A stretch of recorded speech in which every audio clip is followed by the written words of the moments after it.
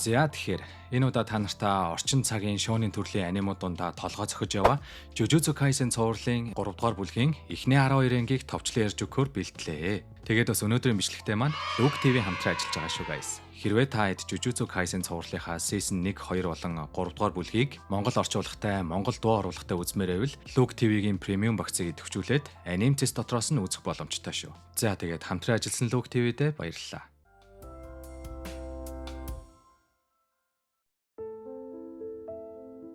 За тэгэхээр guys, өмнөх 2 дугаар бүлгийн төгсгөлд Geto Suguru-гийн биеийг ашиглаж байгаа Kenjaku нэгэн том идэгдлийг хийсэн. Тэр нь юу вэ гэхээр Япон даяар 1000 гаруй хар шидэднүүдийг сэрээсэн. За тэдний донд бол зүгээр л энгийн хүн байж байгаад хар шидийн хүчин гинэд сэргсэн хүмүүс ч байгаа. Зарим нь бүр хэдэн зуун жилийн өмнө амьдарч байсан хар шидэднүүдийн сүнсийг өөр нэг хүний биед оруулж дахин амьдруул гаргаар сэрээсэн хүмүүс ч байгаа. Тэдгээр хүмүүс нь Calling Game буюу цаазын тоглоомонд оролцсноо гэсэн үг. Тэр тоглоомын тухай удахгүй тайлбарлаж өгнө за. Бас дээрэс нь нэмээд Kenjaku 10 сая гаруй хараалт сүнснүүдийг сулсан болохоор Япон улс одоогоор хөл толгойн мэддэхгүй сүүрлийн байдалтай л байна да. Үүнээс гадна хар шидэдний нийгэмлэгийн удирдлагууд Шибуяд болсон хэрэгт Гожо Сатор өөгч бас буруутгаж хар шидийн нийгэмлэгээс хасаад тэгээд бүр хин нэгэн Гожогийн тамгыг суллах гэж оролдвол тэр хүнийг ч бас ялтан гэж тооцохоор болсон. Харин Токио дахь хар шидийн сургуулийн захирлыг Шибуяд болсон хэргийг санаачилсан байж болзошгүй гэж үзээд цаазын ял оноосон. Хамгийн амар нь Итадорыг өмгөөлж хамгаалдаг Гожо Сатору байхгүй болцсон. Дээрээс нь Шибуяд Итадоригийн биеийг Сукуна хэсэг хугацаанд удирдах байхдаа асар их хэмжээний хохирол үүсгэж хар мянган хүмүүсийн амийг хөнөөсөн болохоор Итадорыг нэн даруй цаазаар авах тушаал гаргаж энэ ажлыг гадаадаас дөнгөж буцаж ирээд байсан Юта хийж гүйцэтгэхээр болсон байдаг юм а гэж. За ингээд 3 дугаар бүлэг эхлэхэд Зенийн гэр бүлийн удирдагч Шибуяд болсон тулааны үеэр хүн чарахтай буцаж ирээд нэх хөдөлгөөн нас орсон болохоор дараагийн удирдагчийг сонгохоор болдог. Тиймээс нас орсон удирдагчийн гэрээслэлд бичсэний дагуу Фушигуро Мигумиг дараачийн удирдагчаар сонгосон байдаг. Мэдээж аавынхаа гэрээслэлд төрсэн хүн дургуутсах нь аргагүй штэ. Өөрийгөө дараачийн удирдагч болно гэд бат итгэсэн байсан чинь. Тийм болохоор энэ шар үст манай Мигумиг хайж олоод цааш нь харуулж өөрөө удирдагч болно гиндэ. Харин манай Итадори Шибуяд үе төмөн хүнийг цааш нь харуулсандаа гимшээд бүр сэтгэл санаан гэж авах юм алга. Уг нь тэр хэргийг Сукуна хийсэн ч гэлээ манай хүн бүх бурууг өөр дээрээ тусгаж аваад Мигуми тэр хідээсээ ч зайгаа бариад зүхтаагаад байгаа байхгүй юу. Тэгээд одоогор бол манай хүн чинь Чоосотой хамт хараалт сүнснүүдийг устгаад явж байгаа. Энэ Чоосо гэхдээ Итадорыг өөрийнхөө дүү гэдэг байгаа бас. Гэхдээ тэр нь баталгаатай ч биш л те. Зүгээр л Шибуяд энэ хоёр хоорондоо тулдсанаас хойш Чоосогийн зүн совин Итадорыг өөрийнх нь дүү гэж хэлээд байгаа. За тэгсэн чинь энэ үед манай хоёр дээр шар үстэй Зенийн Наоя хурч ирээд Мигумиг олохын тулд эхлээд найзыг барьж аваад Мигумигээр гэрээслэл бичүүлээд цааш нь харуулмаар байна гэд манай хоёрыг хашрааж исэн чинь эднэр дээр юутай хүрээд ирд юм да. Тэгсэн чинь шар үс чууд за байж байгаарай. Манд чинь чамтай толдох шаардлага бол байхгүй. Энэ Итадори юу ч юм штэ. Энэ өөхөх хэсэг нь манд нь ямар ч хамаа байхгүй. Би Мигуми гэдэг хүнийг л хайж яваа. Тиймээс би чамд саад болохгүй заяа.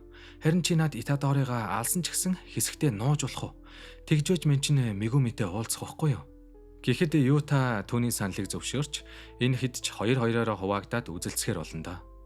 Манай Итадори бол Ютатай үзэлцээд барна гэж угаасаа байхгүй. Ютагийн хараалын хүч нь Гожо Саторугаас ч их. Гэхдээ хараалын хүчээ ашиглах тал дээр бол мэдээж Гожо илүү. Мөн дээрэс нь Ютаг байн хамгаалж байдаг Рика гэх гэрээ байгуулсан хараалт сүнс байгаа болохоор манай Итадорид ялах боломж олсон. Нөгөө талд харин Чоосо шар үст хоёр жинхэнэ алалцж идэм байгаа зү. Энэ шар үст чинь Зенийн гэр бүлийн өвд амьдсан техник болох 24 FPS-ийг маш сайн эзэмссэн гээ явахгүй юу. Товчхондоо бол секундэд 24 ширхэг хөдөлгөөнгүй зураг үүсгэж тэрийгэ дагаж хөдөлдөг. Ингэснээр тэр асар их хурдтай болж байгаа юм л та. Харин Чоосо бол 150 жилийн настай хараал хүн хоёрын ирлийз. Энгийн цусны техник ашигладаг шидтнээс ялгаатай нь Чоосо хараалын хүчээ цус олгож хувиргадаг болохоор хараалын хүчин дуустал цусны дутагдалд орохгүй гэсэн үг. Тиймээс тулааны туршлагаараа бол шар үстээс хамаагүй илүү. Тиймдээ ч Чоосо ялалт байгуулад яг шар үстийг дуусгах гэж байтал Юта хурж ирээд шар үстэд нэг санал тавьдаг. Тэр нь юу вэ гэхээр Юта түүнийг эмчилж өгнө.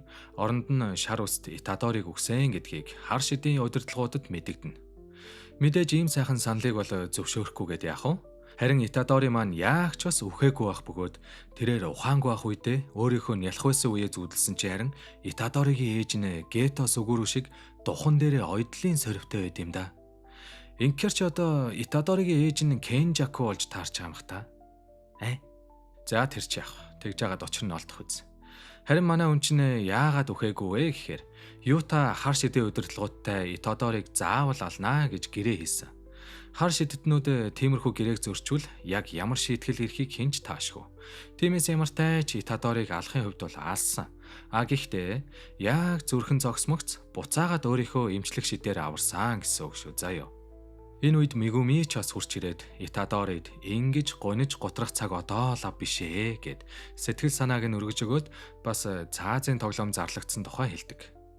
Гэхдээ энэ хэд маань мэдээлэл муутайгаа болохоор эхлээд Тинген буюу 1000-аас жилүү насалсан агуу хар шидтэн дээр очиж уулзахаар болдог. Гэхдээ Тингентэй уулзахын тулд маш хүчтэй хаалтыг давж хар мянган хаалганаас ганц зөв хаалгыг олох хэрэгтэй болохоор эднэрт Чозогийн тусламж хэрэгтэй. Тэгээд бас Цукумо, Маки хоёрыг ч бас хамт авч явахаар болно. Макиг бол манайхан хараалын хүч ашиглаж чаддгүй гэдгийг мэдж байгаа үстэй те. Харин энэ Цукумо бол Гожо Сатору болон Юта хоёр шиг тусгай зэрэглэлийн хар шидтэн шүү заяа. Ингээд энэ хэд маань явсаар агаад Тингений байдаг газрыг олоод ирвэ гэж. Гэтэл нөгөө Тинген чинь бараг л хүн гэхэд хэцүү юм байдаг үстэй. Ямартай ч Тинген манай эдэд Кенжакугийн зохиосон Калин геймийн учрыг тайлбарлаж өгдөг. Тэгэхээр ерөнхийдөө Кенжакугийн зорилго бол Японы бүхий л хар шидгүү энгийн хүмүүсийг Тингентэй нэгтгэж нэг том бүхэл хар шидийн их усүр болгох гээд байгаа юм байна. Гэхдээ тийм юм хийж яг яах гээд байгааг нь бол Тинген ч мэдэхгүй. Тэгээд бас Тинген 500 жил тутамд ариун биетэй нэгдэж өөрийгөө нэг шинжилт юм байна л та. Гэтэл 12 жилийн өмнө нэгдэх ёстой байсан ариун биет нь үхээд нэгдэж чадаагүй болохоор манай Тинген ч одоо жоохон сул болсон гэх юм уу да. Хүн гэхээсээ илүү хараал тал руугаа орсон гэж ойлгож бас болно. Тиймээс Тинген одоо бол урдынх шигээ хурж болохгүй тэнгэрлэг оршихуй байха болсон. Харин тэр цаазын тоглоом нь маш их хэмжээний хараалт энергийг үүсгэж энгийн хүмүүсийг Тингентэй нэгтгэх холбоос болно гэсэн үг. За guys, энэ цаазын тоглоом гэдэг нь шүү дээ. 8 дүрмтэй үхлийн тоглоом. Товчхондоо бол оролцогчд нь бие биенээ алж оноо цуглуулах ёстой. Тэгээд бас цуглуулсан оноо нь 100 хүрвэл тоглоомонд нэмэлт дүрм оруулах хэрэгтэй болно. Бас энэ тоглоомонд оролцохыг зөвшөөрсөн цагаас эхлээд гарна гэсэн ойлголт байхгүй. Мөн оролцогчид 19 хоногийн турш оноо авахгүй, нэг ёсондоо хүн алахгүй бол өөрөө үхнэ гэсэн үг. Энэ бүх мэдээллийн хариуд манай эдээс хоёр нь Тингенийг хамгаалж үлдэх ёстой болж байгаа. Тиймээс Цукума болон Чосо хоёр үлдэхэр болдог. За тэрнээс гадна Тингений хэлснээр бол Гожо Саторуг хорьсон хараалт хэрэгсэлд арын хаалга гэж нэг юм байд юм байна. Энэ хараалт хэрэгслийн тусламжтайгаар Гожог шоронгоос нь сулж чадах боловч даанч энэ арын хаалгыг ашиглах эрх зөвхөн Кенжакуд байгаа. Гэхдээ цаазын тоглоомын оролцогчид дунд Энжел гэх нэгэн 1000 жилийн өмнө амьдарч байсан хар шидтэн байгаа бөгөөд түүний чадвар нь бүхий л төрлийн хар шидийг арилгадаг болохоор тэр Энжелийн тусламжтайгаар арын хаалгыг идэвхжүүлж Гожог сулж болно guys. Тэгвэл Энжелийг хаанаас олох вэ гэдэг асуулт гарч ирнэ дээ. Тэгэхээр Кенжаку цаазын тоглоомд зориулж Япон даяар 10 ширхэг хаалтын тойрог үүсгэсэн байгаа. Тэдний нэгэнд нь Энжел байгаа бөгөөд тэрхүү 10 хаалтын аль нь руу ч хамаагүй орсон хүмүүс нь тоглоомд хүчээр оролцсноо гэсэн үг. За ингээд манайхан хуваагдж явахаар болно доо. Эхлээд Маки зэнийн гэр бүлийн агуулгаас хараалын хүч шингээсэн зэвсгүүдийг авахаар явна. Мэдээж Мегуми одоо зэнийн гэр бүлийн толгойлогч болсон болохоор Макид зэвсэг авах зөвшөөрөл өгсөн байгаа. Харин Мегуми Итадори хоёр хүн хүчээ нэмэгдүүлэхийн тулд хар шидийн сургуулиасаа бандуулсан нэг сурагчийг олж багтаа нэгтгэх даалгавар авдаг. Харин Юта бол ганцаараа төрүүлж тоглоом руу орно. Гэхдээ бие биентэйгээ таарахгүй тулд өөр хаалт руу нэвтрэнэ. Гэх мэтчлэн үүргээ хувааж аваад замдаа гарлаа да. Тэгээд хамгийн түрүүнд Маки хараалын энергийг шингээсэн зэвсгүүдээ авах гээд зэнийн овгийн төв байранда хүрээд ирлээ. Гэтэл өнөөх шар үст чинь олон долоо юм ярьж манай үнийг доромжлоо. Бас болоогүй. Энэ гай чинь багада Макиг амар дээрлэгдэг байсан гэж байгаа. Түүнээс гадна Макигийн ээж хүртэл охиноо ингэж болохгүй, тэгэж болохгүй гэж ядаргаа болоо. Манай хүнч тэр болгоныг тоосон чинжгүй явсаар агаад зэвсгийн агуулгах руу хүрээд иртэл Макигийн аав нь ихэр дүүг нь айл эдийн бариад авцсан байж ахын тэр. Бодвол Май ч гэсэндээ хараалцсан өсгөөдөг авах гэж оролдоод аавдаа зодуулж хүнд шарах авчилдээ. Тэгээд манай Маки ч нэ аавтайгаа үзэлдсэн боловч яалтчгүй туршлага, ур чадвар гэд аав нь илүү болохоор Маки ч бас маш хүнд шарах авчээ. Тэгэхээр Маки болон Май хоёрын аав нь дээр үед зэнийн гэр бүлийн толгойлогч болж чадаагүй нь ганцхан шалтгаантай юм гин. Учир нь ур чадвараа сайтай ч гэлээ түүний хүүхдүүд нь хоёулаа сул дорой. Маки бүр хараалын хүчгүй төрсөн болохоор овгийнхоо удирдахч болж чадалгүй түүний ах нь удирдахч болж үйж. Угаасаа энэ овогт чи хүчгүй төрсөн бол хэн ч биш. Өөрийнхөө хүүхдүүдийг хүртэл алахын тулд хараалт сүнснүүдээр дүүрэн өрөөнд аваачаад хайчиж байгаа байхгүй юу? Зэнийн овгийнхан бол ийм л хүмүүс. Бас манай Маки, Май хоёр ч ихрүүд штэ. Хар шидийн ертөнцид ихэр хүүхдүүдийг азгүй гэж тооцдог ба нэг хүний хараалын хүчийг хоёулаа хувааж төрдөг болохоор хин хинэн сайн хар шидтэн болж чаддгүй юм байна. Тиймээс ядаж нэг нь амьд үлдэг гэсэндээ Май өөрийгөө золиослж өөртөөгаа сүүлийн хүчээ шавхаад Макид сэлэм хийж өгөөд өөрсдийн зовоодог байсан зэнийн гэр бүлийнхнийг бүгдийн зүйл дуусгаарай гэж гуйгаад өөрөө тэнгэрийн орондоо заларсан байдаг. Тэгээд бас Май өөхөхдөө Макигийн дотор байсан өчөөхөн жоохон хараалын хүчийг авч явснаар Маки одоо ямар ч хараалын хүчгүй болсон. Ингэснээр Макигийн биеийн хүч нь асар их нэмэгдэж зэнийн тоож шиг болсон гэсэн үг. Төрөөхөн яаж чадаагүй аавыгаа нүд ирэмхийн зуур дуусгаж хайхад энийг мэдсэн зэнийн овгийнх нь түгшүүр зарладаг. Тэгэхээр зэнийн овг төрсөн хэдий ч хараалын хүчгүй ирчүүд нь хүчээр гардан тулааны салаанд хуваарлагддаг. Манай Маки ч бас гэрээсээ явхаас өмнө энэ салаанд байдаг байсан байхгүй юу? Одоо бол манай хүн эднээс шаал ондоо төвчний хүн болсон гэдгийг харуулж эндхийг ёстой л цусан талаа болгох юм байгаа үстэй. За энэ жижиг гарууд нь битгийл хамаг томчууд нь хүртэл ирээд манай хүнийг яаж чадахгүй. Одоо бол Маки жинхэнэ утгаараа айдас хүйдэс болсон guys. Эцэст нь нөгөө мó шар үст хурч ирнэ. Энэ бол яах вэ бас хэсэгч гисэн Макитай үзэлцээд овоо гайгүй хүчтэй юм болов гэсэн чинь Маки зүгээр л шар үстийг хэргэлдэг 24 FPS-ний арганд нь дасч байсан бөгөөд ганцхан цохилтоор тулаан дуусваа гэж. Үүний дараа Маки ээжигээ ч бас зүйл дуусгадаг. Тэгээд Майын цогцыг ангийнх нь хүүхдэд үлдээгээд хаашаа ч юм яваад өглөө. Энэ явдлаас хойш нээх удалгүй төв байрандаа байгаагүй зэнийн гэр бүлийн бусад гишүүд ч бас Макигийн гарт ам өргөцсөн байдаг. Харин энэ үед хотын хаа нэгтээ манай цаазын ял авсан сургуулийн захирал Яга Масамичи дээр Кёто дэх өөр нэгэн хар шидийн сургуулийн захирал хөгшин ирээд манай Яга захирлыг яах ихэн зургуул өглөө дуулгаа хийчлөө. Энэ хөгшин аль дээрээс л манай Яга захирлын хар шидийн сүнсийг хүүхэлдэнд суулгаж бие даасан хүүхэлдээ бүтээх аргын нууц нь яг юу юм бэ гэж асуудаг байсан ч манай Яга захирал дөнгөж сая үхэх мөчтөө л хүүхэлдээнийхээ нууцыг хэллээ. Гэвч тэр аргыг мэдлээ гэд тийм амархан хийчих зүйл бас биш ээ. Яга захирал хүртэл амьдралдаа ганцхан удаа шилдэг бүтээл хийсэн нь энэхүү панда шүү дээ. Бүтээлч гэждээ пандагийн хувьд Яга захирал аав шиг л хүн байсан даа хөрхий. За тэр ч яах. Итадори Мегуми хоёр тэнгээний зааж өгсөн хаягаар өнөөх сургуулаасаа бандуулдаг нөхрийг хайж явсаар агаад хүрээд ирлээ. Тэгтээ хувцас сольж хар шидийн сургуулийнх гэдгээ нуухгүй бол тэр нөхөр чинь сургуультай холбоотой хүмүүс дургуг нэ бас. Мөн дээрэс нь тэр бандуулдаг гай чинь энд хууль бус мөрөөтэй тулааны тэмцээн зохион байгуулдаг боосон заяо. Азар манай Итадорыг тулаанд оролцохыг зөвшөөрсөн болохоор орой болтол хүлээж агаад тулдах газраа иртэл мань панда айл эдий ирцэн байж идэг үстэй. Итадори энэ хоёр маань уулзсандаа бөөн баяр. Юм ярилцсангаа худлаа сүр хөдөлгөөн хийж хүний нүд хуурчагаад Итадорыг албаар ялуулж оройн бандуулдаг нөхөр Итадорыг өрөөндөө дуудаж уулзахаар болдог. Энэ бандуулдаг нөхрийг Хакари гэдэг шүү заа юу guys. Тэгээд Итадоригоос өөртөө гэрээ хийж эндхийн тулаанч болох уу энтергээд ярилцаад сууж байхдаа манай Итадорыг хар шидийн сургуулаас ирсэн гэдгийг олоод мэдчихдээ юм да. Нөгөө талд манай хоёр Хакаригийн хамтрагч охинтой таарад стол нэг баларлөө.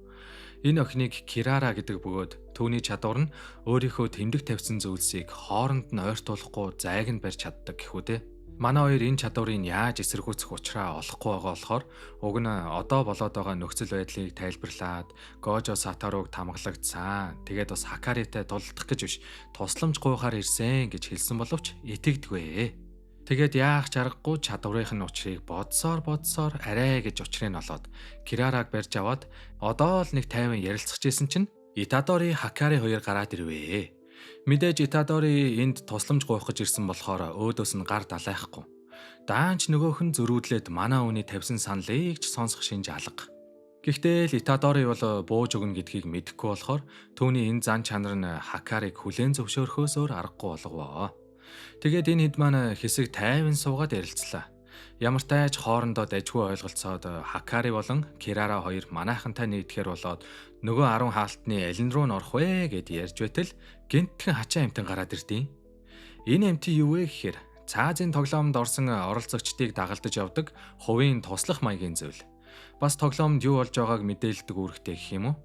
Харин тэр яагаад гинт гарч ирсэн бэ гэвэл цаазын тоглоомын нэг оролцогч айл хэдийнэ 100 оноо цуглуулад тоглоомонд шин дүрм нэмсэн байх нь тэр. Энэ шин дүрм нь бүх оролцогчдод хүчнтэй бөгөөд одооноос тухайн хайсан оролцогчоо хаана байгааг нь бас хэдэн оноотойг нь харж чаднаа гэсэн үг. Гэхдээ яагаад Итадори айл хэдийнэ оролцогч болцсон юм бол гэж гайхаж байна. Тэгэхээр Кенжакогийн сэргээсэн оролцогчид энэ тоглоомод хүчээр оролцох ёстой байхгүй юу? Товчхондоо Сукунагийн хуруу гэдсэн Итадори ч бас тэдгээр хүчин сэргсэн хүмүүсийн нэг гэсэн үг. Магадгүй Кенжако мянган жилийн өмнө энэ тоглоомод оролцох тухай гэрээг Сукунатай хийсэн ч байж болох юм. Тэрнээс гадна Мегуми энэ тоглоомод оролцсонгоо 100 оноотой хүмүүсийг ялаад тоглоомонд нэг шин дүрм нэмнэ гин. Тэр нь ямар дүрм бэ гэхээр оролцогч нар хоорондоо оноогоо солилцож болдог болно. Ингэснээр тоглоомын 8 дугаар дүрм буюу оноо авахгүй 19 хоног өнгөрвөл оролцогч үхнэ гэсэн дүрмийг хүн алалгүйгээр биелүүлээд явж чаднаа гэсэн үг хэвгүй юу?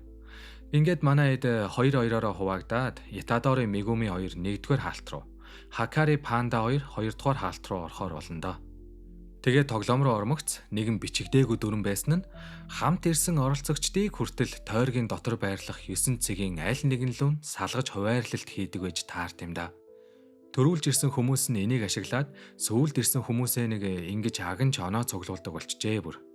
Мегумигийн буусан хэсэгч бас нэг харваас сэжигтэй үл таних эмэгтэй манай үнийг өдөж хоргоогоол. Мегуми түүнээс 100 оноо цуглуулсан Хигурума гэдэг нэг оролцогч хаана байгааг асуутал өнөөх нь харин мэддэг байж таарад манай үнийг замчилж өгөхөр болно. Гэтэл Итадоригийн буусан хэсэгч бас нэг хуучны танил нөхөр нь таарангуудаа тэрхүү 100 оноо цуглуулсан Хигурума гих залууг хаана байгааг мэднэ гэд дагуулад явд юм да. Гэхдээ хамгийн сэжигтэй нь энэ хоёр замчилж яваа нөхдөөд хоёр өөр байршил хилээд ах юм. Тэгэхээр аль нэг нь худлаа ярьж гин эсвэл хоёулаа худлаа ярьж гин гэсэн үг үстэй те. За тэр хайгаад байгаа 100 оноо цуглуулсан Хигурума гэдэг нөхөр чинь ямар учиртай хүн бэ гэвэл ер нь бол энгийн хүн байсан. Тэрээр өмгөөлөгч мэрэгчлээ бөгөөд ажилдаа ч үнэхээр чин сэтгэлээсээ ханддаг хүн. Аль болох хилс хэрэгээр гүтгэгдсэн хүмүүсийг цагаатгах тал дээр чадах бүхнээ хийж дайчилдаг байсан боловч шудраг бус шүүхийн шийдвэр мөн дээрээс нь өмгөөлсөн хүмүүс нь хүртэл түүнийг жигшсэн харцаар хардаг байсан нь Хигурумаг залхаажээ. Гэтэл яг тэр тэсвэр алдах мөчид түүний дотор байсан хар шидийн хүч нь сэргсэн байдаг. Харин энэ Итадорыг дагуулж яваа шар үстэй Гайо штэ. Энэ бол жинхэнэ аим хагаар заяо. Сургуульд байхдаа дээрлэхүү гаруудаас айсандаа долгоноод нийлээд явдаг байсан хүүхэд үж. Тэгээд нэг өдөр Итадори өнөөх дээрлэхүү гаруудыг хашрааж өгснөөс хойш манай Итадорыг их л биширдэг болжээ. Мөн тэр ч бас Кенжакогийн сэрээсэн орчин цагийн хар шидтнүүдийн нэг. Тэгтэл дэндүү аймхагаасаа болоод ийшээ орвол аюултай шүү гэдгийг Итадорид хэлж чадахгүй байсараагаад оруулчлаа гэж. Нөгөө талд манай Мегуми молго өмгсөн байж таарад. Юу нөгөө Хигурума шаал ондоо нөхөр дээр хүрээд ирсэн байдیں۔ Тэгэхээр энэ сагсгаар хувцтай залууг Режи Стар гэдэг. Тэрээр Кенжакогийн сэрээсэн эртний шидтнүүдийн нэг нь. Мөн түүний хэлснээр бол Кенжакогийн зохиосон энэ цаазын тоглоом нь зүгээр ч нэг хар шидтнүүдийг хооронд нь алалцуулж хараалын энергийг цуглуулад зогсохгүй хамгийн сүлд үлдсэн хүчрхэг нэгнийг цөмийн бөмбөг хайж устгах магадлалтай гэж хэлдэг. Энэ нь ч яг биелэлээ олох бөгөөд Кенжако айл хэдийнэ гадаад улстай харилцаа холбоо тогтоож 10 хаалтны алин дээр нь чимдээ бөмбөг унгааж байх нь тэр. Гэхдээ яг яах гэж ингэж бөмбөг унгааж байгаа ер нь яг ямар учиртайг нь бол би ч мэдэх юм алга. Хэрвээ та нараас мэдж байгаа хүн байвал комент бичээд өгөөрэй заяа. Харин Итадори бол яг хайсан хүн дээрээ ирсэн. Гэхдээ энэ Хигурума бол зүгээр байжгаад өөрийнхөө 100 оноог ашиглуулахгүй шинжтэй. Нэг тийм өөрийнхөө үзэл бодол зөв буруу гэж бодсон зүйлдээ бүр дэндүү ихтгэлтэй хүмүүс байдаг та. Нэг тиймэрхүү залууг л ойлгочих. Тэгээд бүр тулаан дөнгөж эхэлмэгц шууд хүрээ тэлэлт ашиглаа л. Гэхдээ түүний хүрээ тэлэлт дотор бие биедээ хүч хэрэглэх хоройтой. Энд зөвхөн буруу зүвийн шүүлт явагдана. Харин энэ цагаан багтай хараалт сүнсвол шүүгч хийх үүрэгтэй гэх юм уу? Жишээ нь Итадори Южи 18 нас хүрээгүй гэж Шангрилагийн орцонд заодлаа. Товчхондоо Итадори маань 18 хүрэхээс өмнө Мажи Вегас гэх Мөритө тоглоомын газар үйлчлүүлсэн байх магадлалтай гинэ. Хэдийгээр энэ нь үнэн ч гэлээ Итадори өөрийгөө өмгөөлөх ёстой. Тэгжээж шүүгчээр өөрийнхөө хэргийг үгүйсэхгүй болгох боломжтой байхгүй юу? Гэхдээ бас Хигурумод энэ хэргийн тухай нотлох баримт гэж нэг юм байгаа. Хэдий тийм байсан ч энэ нотлох баримт Итадорыг хэрэг үйлдсэнийг 100% баталж болж чадахгүй. Тиймээс Итадори энэ нотлох баримтыг яг юу болохыг таамаглаад өөрийгөө гарцаагүй байдлаар буруугүй гэж өмгөөлөх хэрэгтэй болж байгаа юм да. Энэ үед Итадори гинтхэн Тэнгэний юу гэж хэлснийг сандаг.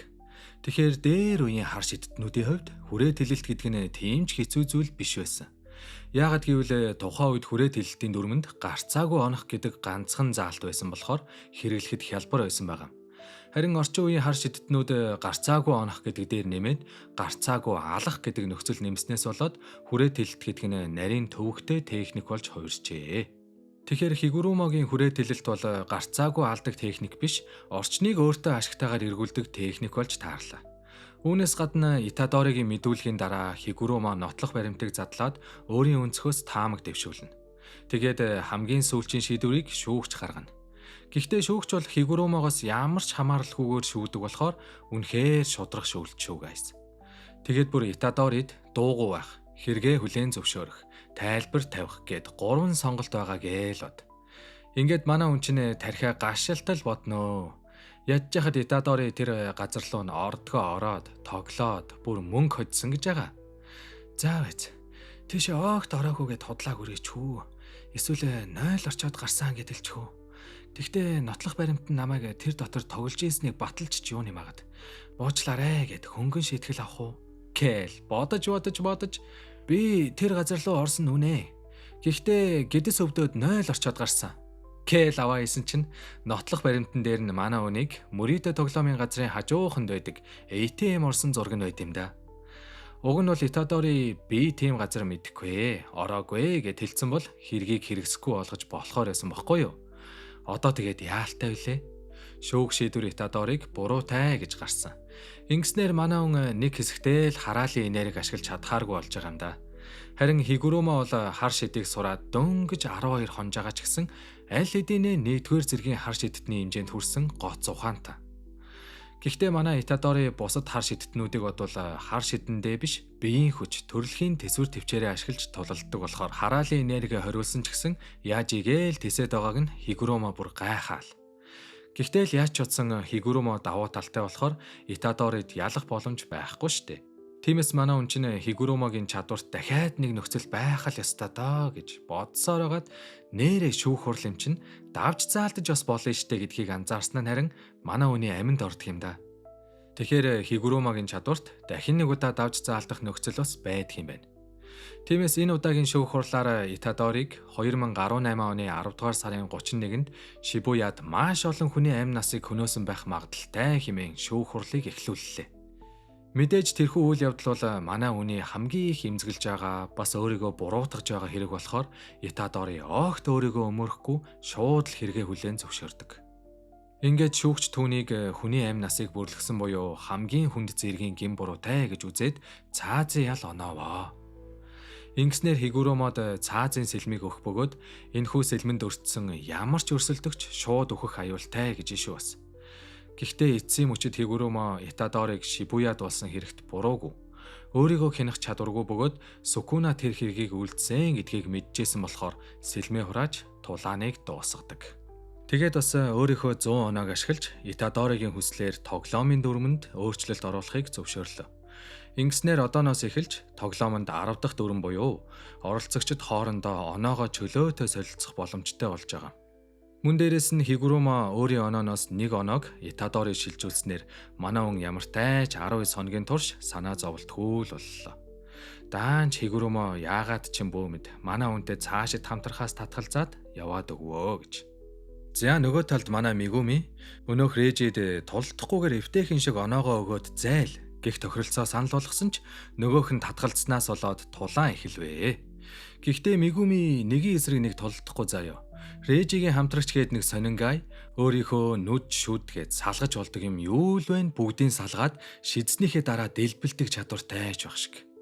Арай гэж дэлбэрэлтээс нь болтохдаа манай хүн бас энэ эмэгтэйг аварцсан байгаамаа. Гэтэл Режигийн дахиад нэг хамтрагч гарч ирж лай болох юм. Энэ одоо нэг хүнийг яасаа олоола бойлддог хар зөлгнүүд вэ. Аз болоход манай хүн хатуу самар тулдаал аргалаад тисэж явах шиг байна да. Ингээд ямар тайч нэгэн дай. Тэгсэн ч гэсэн одоо хоёрын эсрэг нэг. Ядж яхад Мигуми төрөүний дэлбэрэлтээс болоод бас нилээн бэртцсэн. Ёстой яадгийн билээ дээ гэж яхад нь хаанаас ч юм нэг сонин гай гарч ирээд манай хүнийг хамгаалд юм да. За энэ ямар учиртай гай гараад ирвэ гэхээр энэ залуу бол урд нь комедиан байсан бөгөөд түүнийг Такаба Фумихико гэдэг. Гэхдээ тэр хараахан амжилтанд хүрч чадаагүйдээ сэтгэлээр унж маш их стресстэж улмаар түүний дотор байсан хар шидийн хүчин сэргсэн байдаг. Түүний чадвар нь өөрийнхөө инээдтэй гэж бодсон зүйлсийг бодит болгох чадвартай. Жишээ нь энэ залуу өөрийгөө пуужин дээр суугаад нисэж байна гэж төсөөлөөд тэр нь үнэхээр л өөрт нь инээдтэй санагдвал хаанаас ч юм пуужин гараад ирнэ гэсэн үг. Ер нь бол чадвараа хөгжүүлээд зөв ашиглаж чадвал Гожо Сато руу ч ялах боломжтой жинхэнэ аюултайгаар. Даанч нэг юм нь өөрийгөө ямар чадвартайгаа өөрөө ч ойлгоогүй явж байгаа нөхрөө гамдаа. Харин энэ хачин хувцас нь ямар учиртай вэ гэвэл түүний анх үзсэн хошин шогийн жүжигчнээ дуурайсан төдий. Мэдээж түүнийг хэн гэдгийг мэдэхгүй ч гэлээ Мигумид одоохондоо түүнтэй хамтарсан дээр юм байна гэж санагдсан болохоор дэлбэрдэг нөхрийг комедиан даатахад өөрөө Режитэй үзэлцэхээр боллоо. Гэхдээ л энэ комедиан бас аюултай байгаадтэй. Өөдөөс нь тесрэх бөмбөг шидэж байхад тэрийг цаасан дэвүүрээр буцаагаад шидвэл хөгжилтэй гэж бодонгууд тэр нь шууд биелэлээ олж ийн гэд боддоо. Энэ нөхөр ямар азар манайхны талд байж таарсан. Үгүй бол баг аним дуусах нь биш төө. Мигуми хүртэл ямар сайндаа тантай тултаагүй нь аз болж гэж хэлэх вэ дээ. За тэгээд Мигуми Режи хоёрын тулаан бас их сонирхолтой юм болноо. Мигумиг та нар мэдж байгаа бох тийм ээ. Зэнийн овогт өвлөгдөж ирсэн 10 сүүдрийн техникийг ашигладаг. Товчхондоо гэрээ байгуулсан хараалт амьтдаа хүссэн үедээ гаргаж ирж ашигладаг. Харин энэ Режигийн чадвар бол "И баримтаа ах уу" гэдэг шиг тооцооны баримтан дээр бичигдсэн зөвлөсийг бодит болгох чадвартай. Жишээ нь 5 оттой зочид буудалд массаж хийлгээд бүрэн 5 тухтай амарсан 2 хоногийн тооцооны баримт байлаа гэж бодъё. Режи тэр баримтыг идэвхжүүлвэл түүний бие нь яг тэр зочид буудалд амарсан хүнийг шиг сайхан сэргээд ирнэ гэсэн үг. Тэгээд бас дрон, гар утас гэх мэт эд зүйлс судалдаж авсан баримт байвал тэр доор нь бодит болгоол гараад ирнэ. Аимшигтай чадвар байгаа үстэй те. Бас дээрэс нь гаргаж ирсэн эд зүйлстэй тушаал өгч бас болно. Хутаг гаргаж ирээд чигээрээ нис гэж тушаавал хутаг нь чигээрээ ниснэ. Харин Мигуми түүнийг өргөтөж спорт зааланд авч ирсэн нь бас нэг шалтгаантай. Манай хүн чинь хүрээ тэлэлтийг ашиглаж заалыг тэр чигт нь өөртөө давуу тал үүсгэх сүүдрээр дүүрэн орчин болгохыг хүссэн бохгүй юу? Гэхдээ Режи бол хуучны хар шидтэн болохоор хүрээ тэлэлтээс өөрийгөө хамгаалах аргыг ч бас мэднэ. Яг уу Мигумигийн үүсгэсэн хүрээ тэлэлт нь дутууд улмиг учраас нэг ёсондоо Гожо Саторогийн шиг бүрэн төгс биш гэсэн үг. Тиймээс Мигуми хүрээ тэлэлт дотроо заавал онно эсвэл заавал ална гэсэн нөхцөл байхгүй. Зүгээр л хүчээ нэмэгдүүлэх орчин бүрдүүлсэн нь энэ. Харин Режигийн үүсгэсэн хамгаалалт нь дайсныхаа бүрэн төгс хүрээ тэлэлт дотор байхдаа гарцаагүй ондог дайралтаас л хамгаалдаг бүрхүүл болохоор Мигумигийн дайралт нь энэ хаалтыг нэвтлэнэ гэсэн үг. Хэрвээ Мигумигийн хүрээ тэлэлт бүрэн төгс байсан бол Режигийн саяны хамгаалалт яг сайхан ажиллах байсан бохгүй юу? Гэхдээ л Режи бол яалтчгүй туршлагатай хар шидтэн болохоор Мигумигийн чадварт нэг сул тал байгааг анзаарсан бөгөөд тэр нь юу вэ гэвэл Мигуми сүүдэртээ сорж авсан эд зүйлсийнхээ жинг. Гэхдээ хараалт сүнснүүдийг тооцохгүй шүү guys. Бүхэл бүтэн зааныг үүрч явна гэж юу ахав дээ те? Ер нь бол эд зүйлсийн жингийн өөрийнхөө нуруунд дээрээ үүрч явдаг болохоор Режигийн гаргаж ирсэн 3 автомашиныг сороод авцсан чинь Мигуми одоо нуруунд дээрээ хамгийн багтаа 3 тонн ачаа үүрч байгаа гэсэн үг. Харин энэ үед Мигуми өөрийнхөө ашигладаг зааныг Режигийн дээрээс унгаж ирснээр энэ тулаан нэг ёсондоо хинэн төрүүлж үүрч байгаа ачаандаа дарагдах вэ гэдэг тэсвэрийн тэмцээн болж хувирлаа. Гэхдээ энэ тулаанд Режи ялагдаж Мегумигийн сүүдэрт шумбаж ороод амьсгалах агаарчгүй сэлжж болохгүй яг л балардгийн даваан дээр түрүүн гаргаж ирсэн 3 машиныхаа нэгэнд нь өөрийгөө дээш нь гаргаж ирэх тушаал өгч нөхцөл байдлыг эргүүлнэ. Тэгэнгүүтээ тулааныг нэг мөсөн дуусгахын тулд Мегумиг дарж авахаар бүхэл бүтэн 132 м квадрат 2 давхар хувийн орон сууц. Одоогийн ханшаар бол дор аж 1.2 тэрбум төгрөг. За ремакс юм уу хайшаа юм. Гэхдээ энэ байшин манай хүний сүүдрлөө орох нь битгий л дээрээс нь унахад л жийжи. Тиймээс Мегуми өөрийнхөө хүрээ тэлэлтийг зогсоож заалны шалыг нураагаад хамтдаа доод давхарт байсан усан санд унсан байх нь тэр. За тэгээд аль аль нь живээд өгчнө гэж юу ахав те. Уснаас гарч ирээд тулдах гэтэл Режигийн баримтууд норцсон болохоор ашиглаж бас болохгүй нэ. Гэхдээ Режи ч бас Мегумиг сүүдрийн бүх араатнуудаа ашиглаад дуусцаан гэж бодож байгаа болохоор гардан тулаанаар асуудлыг шийдэх гэсэн боловч Мегуми үлдсэн нэг араатнаа ашиглаж энэ сунжирсан тулааныг нэг мөсөн дуусгасан байдгийм. Харин Режи өгөхдөө өөртөө байсан 41 оноогоо Мегумид шилжүүлээд манай хүнийг хувь тавилангийн иргэшээлд орж алайлагч лугаа адил тэнийг нас бараарай түй гэж харааснаар хорвоогийн мөнх усыг үзүүлвэ гэж. Нөгөө талд манай комедиан дэлбэлдэг залуутай юу ч болоогүй юм шиг тулалцаар л. Энэ үед Режи өгсөн тухай мэдээ ирэхэд дэлбэлдэг залууч бас тулааныг шууд зогсоож зөв зүгээр яваад өгнө. Аз болоход комедиан залуу хорон муу санаагүй болохоор тэгээд явуулчих юм да хөрхий. Харин Мегуми нөгөө далжгансан эмэгтэй хөөж яваад яг зүйл дуусгахын даваан дээр түүний хуурай эгч Цумикигийн одоо болно гэх хоолой сонсогдож яах ч аргагүй зэвсгээд алт хийдэг. Үүний дараа Мегуми хүн чаргацснаасаа болоод ухаан алдах үед түүн дээр нөгөө хайгаад байсан Энжел гэдэг ажмаач нь өөрөө хүрээд ирд юм да. За тэгсэн нөгөө талд манай Ютагийн орсон хаалтан дотор нилээн эдэн хүчирхэг нөхдүүд бас байна. Зарим нэг нь бүр 91 оноо цуглуулсан ч байх шиг. Гэхдээ манай хүн чинь бас онцгой шүү дээ. Мэдээж энэ гайсыг бол аргалжих тайгаа бас. Дээрээс нь манай Юта айл эдэнэ 35 оноотой болжээ.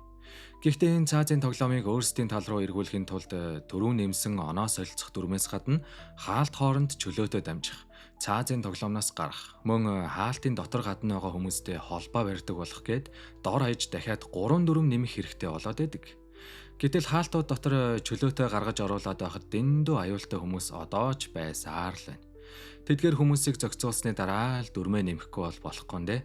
Ямар ч тач манай Юта цаазын тоглоомд хүчээр орсон байгаа энгийн хүмүүсийг хамгаалж аюулгүй газар аваачих гэж байтал тоолж баршгүй их жомнууд гараад ирдیں۔ Тэгэхээр энэ жомнуудыг удирдах байгаа эмтнийг Куро Уруши гэдэг. Тэр бол хар шидтэн хараал удирдагчийн аль нь ч биш. Тэр бол өөрөө хараал. Тэгэхээр цаазын тоглоомонд иймэрхүү хараалыг ч бас оролцохыг зөвшөөрсөн байж таарлаа. Тэгээд бас Ютаг энэ хараалтай тулдахыг холоос 2 хүн ажиглаад авах шиг байна гиндэ. Мөн дээрэс нь энэ хараал бас нэлээд өндөр төвшнийх бололтой. Бас тийм амархан ялчгаар амтан бол биш юм аа. Өрсөлдөгчөө цавчвал шархаар нь дамжиж биеийн дотор нь жомны өндөгнүүд асар хурдан томроод биеийг нь дотроос нь сүйтгэдэг гэж байгаа.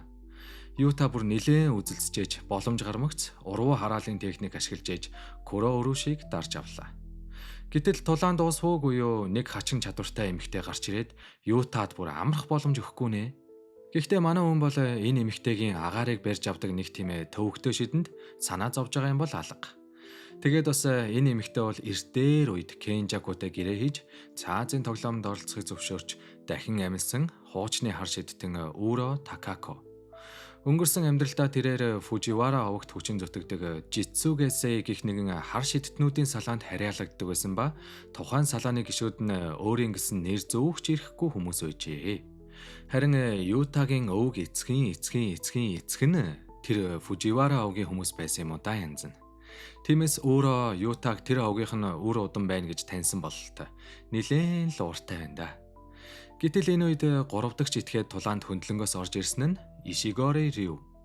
Тэр ч бас дахин амилсан хуучны хар шидтэн бөгөөд өнгөрсөн амьдралдаа баха хантал тулдаж үзээгүй болохоор энэ удаа тэр зорилгоо биелүүлэхийн тулд үгтлээ тулдахад ч бэлэн гар байгаа юм да. Түүний чадвар нь хараалт энергийг хөрөмтлүүлж нэг дор галлах. Харин үс нь бараг их бөөний өрг гүйцэтгэхэд байгаа мó хайшаа. За ингээд 3 өөр талын хүмүүсийн гурвалжин тулаан эхэлж байгаа юм да. Харин энэ өөрөөгийн чадвар нь их гоё.